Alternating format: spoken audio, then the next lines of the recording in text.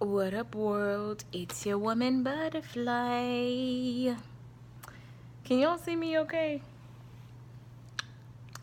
I know I need to get some lamps up in here or something, but all that is coming later. Saving my money right now. So I'm gonna sit myself right here on this one chair until important things are taken care of.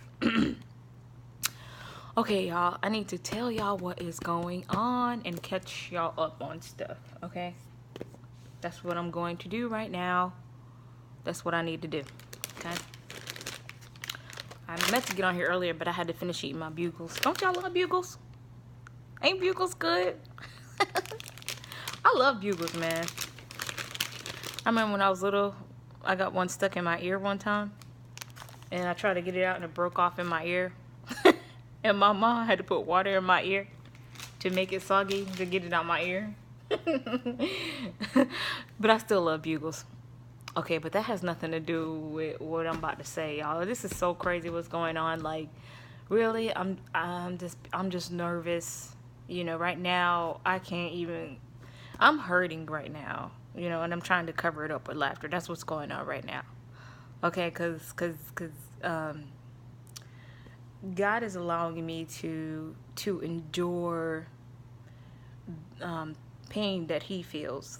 And that's exactly what He told me, and I'm gonna tell y'all how before I get into the rest of this story.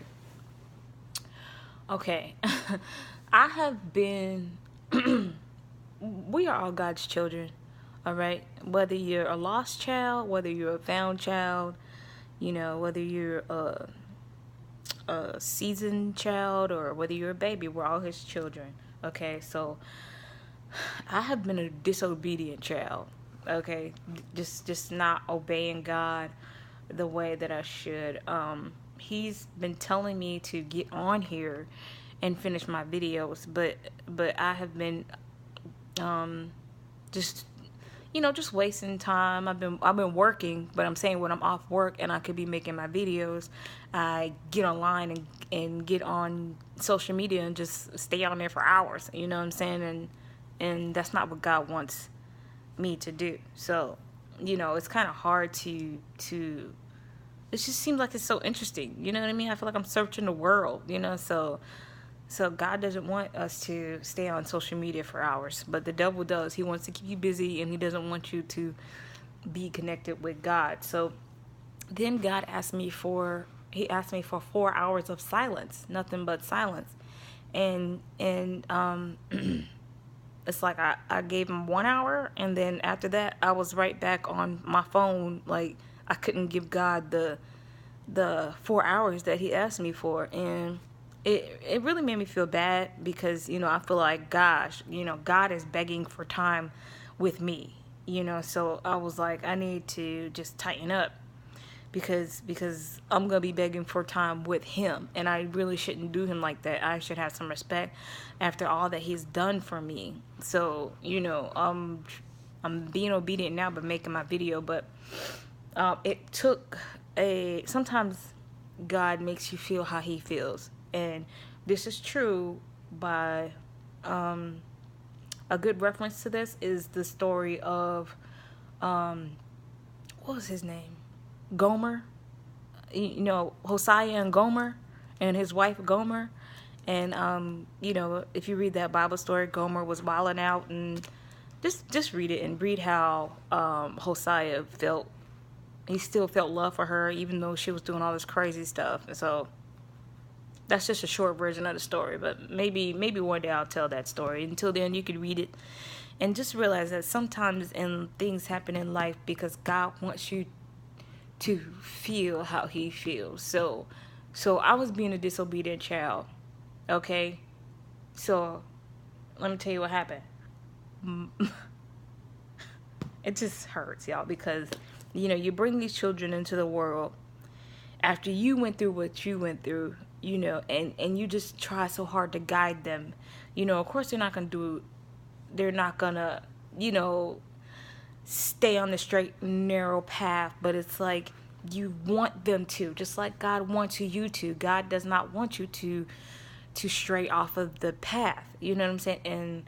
and it's just kind of hard with children sometimes, especially teenagers, because you want to be your child's friend, because your child might have like an explosive personality, and you want them to be happy, just like God wants you to be happy, but you cannot be your child's friend, and situations will remind you of that day when your child is not doing what you told them to, or what you asked them to, or breaking a rule, or doing something behind your back. It will remind you that you have to, just like the Bible said, you have to treat your child like, you're when you're trying to keep a horse steady, how you got to pull the reins. You have to pull the reins on your child. You can't let them just go and do whatever, and you can't let them do whatever you do, and you can't let them do whatever you did. You have to pull the reins on them and let them know that you will. So, but it hurts to do that, and sometimes you have to be strong. Sometimes you just feel crazy. You be like, man, I should just let you just go out there and just go see for yourself. You know what I mean? Or you just be like, I just want to give up. And there are parents that done that. My dad did that to me. When we disobeyed, my dad just dropped our stuff off and just left us with our mom. And instead of being strong and giving us the disobedience that we needed. You see, giving us the discipline that we needed. But see, another thing is, when a child is acting out, you have to remember, I was watching a Medea movie, and Medea was like, you know what, parents, we need to stop blaming ourselves for these children and just letting them go on out there and blah blah blah. And I was like, shut up, Medea, shut up. Okay, you're already a man with a dress on, you know what I'm saying, talking about Jesus this, but I'm not saying blame yourself completely for your child's behavior. But what I'm saying is, your child isn't acting like that for no reason. So it's a reflection of your parenting. Okay, that is the result of your parenting. Okay, so whether your child is being crazy, posting crazy videos, cussing you out, running away, stupid stuff that's gonna ruin their life, and if you're too weak to do something about it, then it is going to affect you, because it's your child. You see what I'm saying? So you need to do something about it, and you need to stay strong, and you need to ask God for his help, and you need to have faith in what you're doing. I'm not saying grab your child and beat them to death, but I'm saying find out some kind of parenting skills or styles. And it's actually best to do this before you have them. And it's actually best to have them in a stable, unified, safe environment. Okay, so I was praying for my child. I was like, God, she's not listening to me. I just want her to. I just can't believe she did this. And God is like, because I'm like in God's face now after he asked me for time with him that I couldn't give him, that I gave to social media. And God was like, this is what he told me. He said, I'm allowing you to endure the sting of a disobedient child. Okay? And my heart just dropped. And it's like, it hurts because it just hurts because, I can't do what I need to do as her mother. And it just hurts that she even would do this, but you have to remember that she's a immature teenager. So it's like, teenager. Well, next year she'll be a teenager. But it's like, okay, you got my attention. You really do, God. You have my attention now. Okay, because I need your help with this. And God has told me to get out here and finish these videos. And I'm doing this because I love him. Like, he has me by the heart. He has me by the heart. Okay? If he wants me to do something, I'm telling y'all see, I can't explain it, but here we go with this video. Alright. The reason why is, another reason why I haven't gotten on here and finished this story is because I'm over it. I'm so over it. Like, as long as it was, as all them years, like, I'm serious. I want to pretend like it never happened. That's what I really want to do. Okay, because it was so much time wasted, and I just want to feel like, it's 10 years ago right now. You know what I'm saying? I'm working on myself. I've been watching a lot of self-help videos. You know what I'm saying? I've been in the gym getting it together. I've been growing my hair. I've been taking good care of myself. And I just want to boss myself up. I want to have plenty of money. I want to have a big house. I want to be I want to make sure that never happens again. And it is not. Okay? My brain is like really sharp now. And it's like, I just want to be a woman that you can't play that with. Okay? But it happened because when you become obsessed with somebody, when you become obsessed with someone, okay, the devil becomes that person. That person becomes your devil. The devil and that person becomes one. All right? And this is wisdom from, it has to be from God, okay? Because I didn't know it until I saw it for my own eyes. And it was absolutely freaking terrifying. It really was, okay? So, I say that, and we say that, well, this can't be because we've known this person for so long. But let me tell you something. The devil and his demons are immortal, okay? They live for thousands of years. Your life is a vapor to them.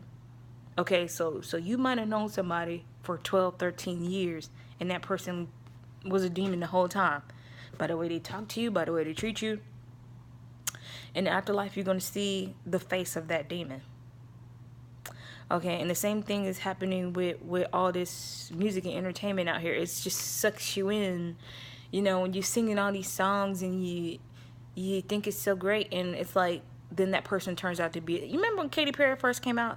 Everybody thought she was so cute and they loved her. But now she's talking about eating people. Okay? And everybody's like, oh, we won't mess with her no more. Now we over here on Cardi B. Okay? And they're going to find out that that's the devil too. I listen to some of this stuff and it's just like war. It is like flat out war on humanity. Okay? This lady is putting, I heard some song about having sex and then getting some money, and it's like prostitution. She's making it sound like it's all that, or having some red bottoms and breaking your neck to get them or bending over to get them. And I'm like, that's so, these women out here wearing these red bottoms and don't even know the concept of the shoe or where.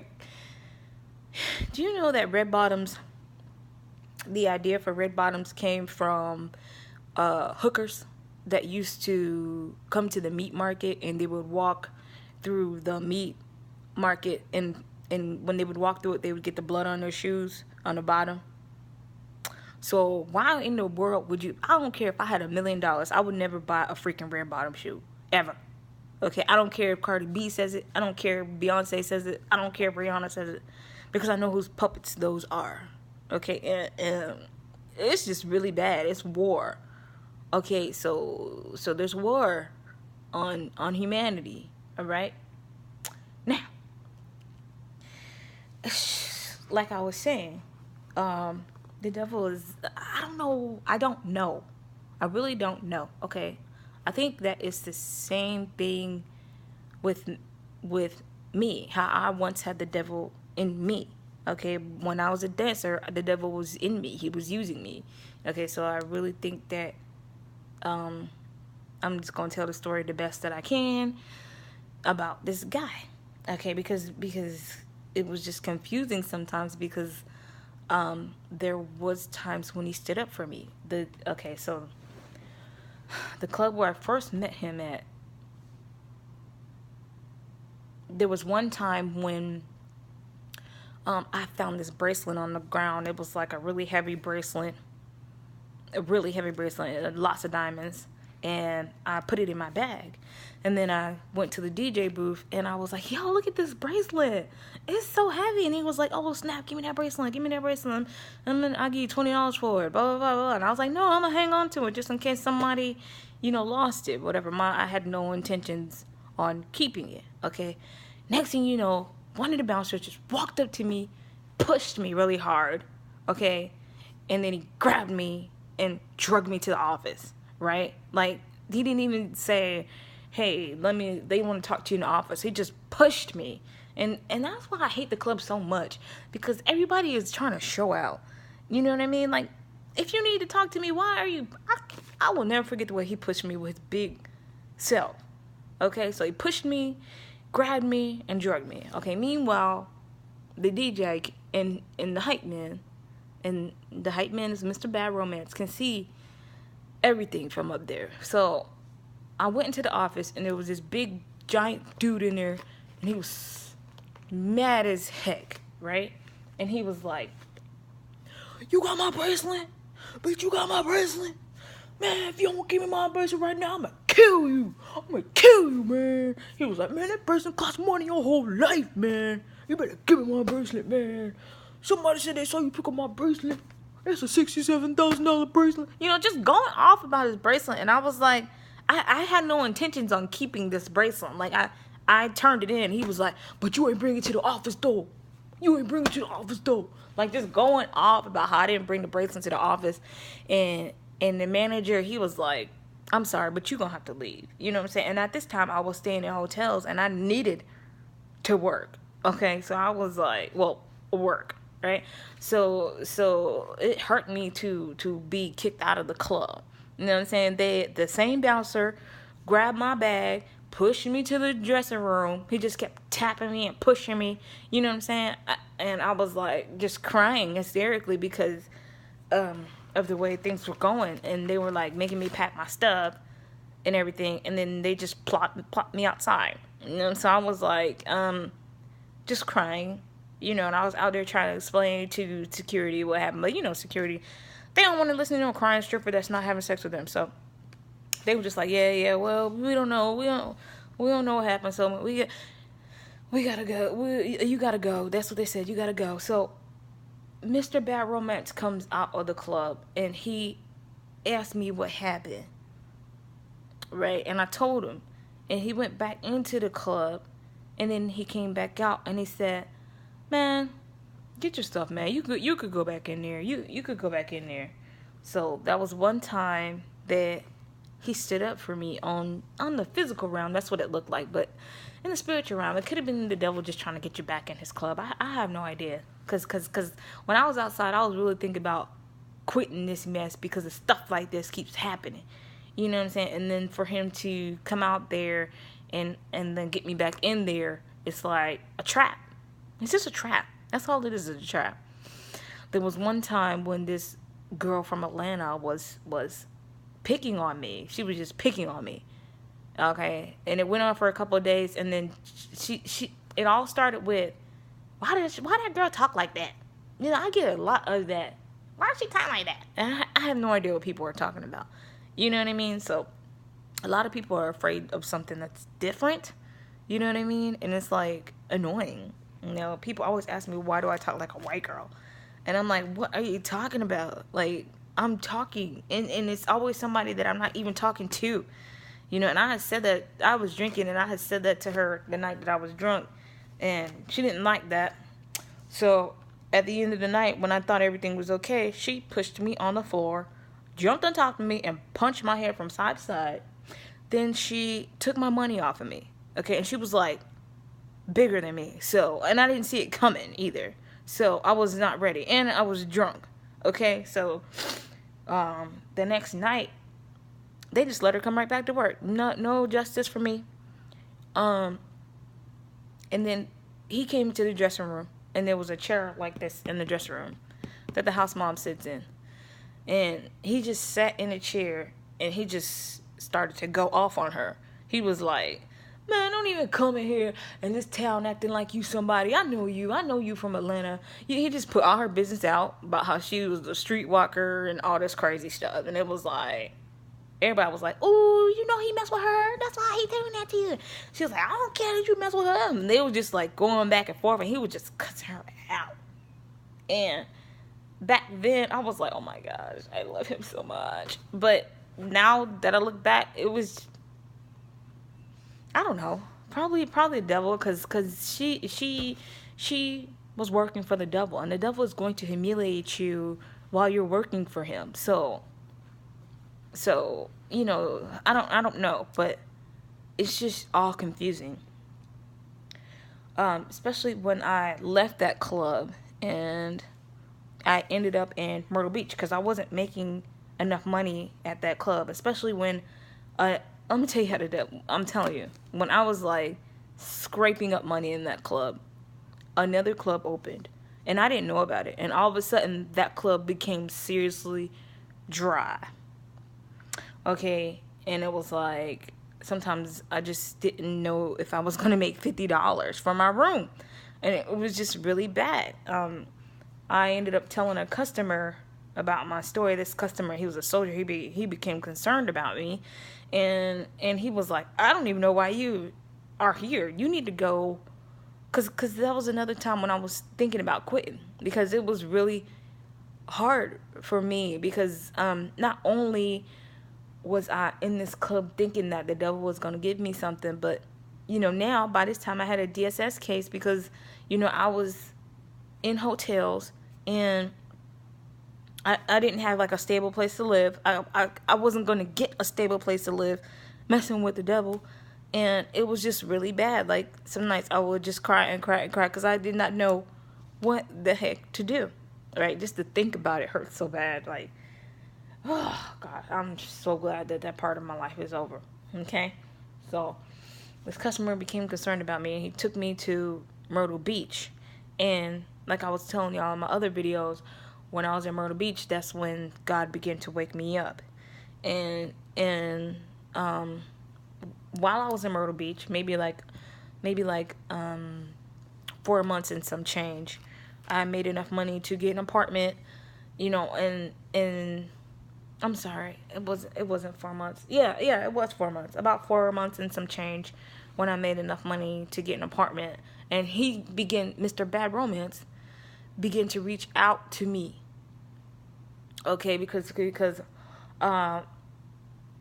sometimes I would come back to Columbia, because I had a car too. I bought a car for $1,000. Sometimes I would come back to Columbia just to show my face, and all the same girls that was talking junk about me and talking about staying in hotels, now they was like, "Girl, where you working at now? Wait, what? I need a ride, girl. Why don't you let me ride up there with you?" And I was just like, "Nah, ain't none of y'all coming to where my new trap. I thought the new trap was all that, but it was just another trap." Okay, so when Mr. Bad Romance had heard about it, because I just left town, because by this time, Mr. Bad Romance, even though there were times he had stood up for me, his true colors began to show. You know what I'm saying? Like, this girl that you're sleeping with is in hotel rooms, and people used to clown him for that, and I really think that he was ashamed of me. That's what I really, truly, honestly think. But it seemed like when he got drunk or something, he wasn't. I don't know, like, he would show me affection in front of everybody, and then all of a sudden he just went and got this girlfriend, and then they were living together, and it was like, you need to wait on God, okay? Because you might think that somebody is the greatest thing in the world, when you need to let God reveal what kind of person that is. Because you might be like, "Oh, he's so sexy, light skin, tattoos, ooh, tattoo, and he turns out to be some, on the outside, that's what he looks like to you. You know what I'm saying? But you don't really know him that well. You don't know none of his family. You don't know any of his history. You didn't take the time to get to know that. So while you're sitting over here drooling over some tattoos and thinking that you like somebody, you might like, he really might be a narcissistic psychopath that is a terrible, horrible liar that has some kind of sexual addiction, and it's like, ew, it's the devil, okay? It was a trick, all right? So So this video's getting long. I'm gonna continue. I don't know if it'll be tonight, but I am talking about, I'm at, and in the story, I'm at the part where I was in Myrtle Beach and he was in Columbia. And maybe about 4.5 months after being in Myrtle Beach, he began to reach out to me through social media to trying to find out what I'm doing and where I am. Okay?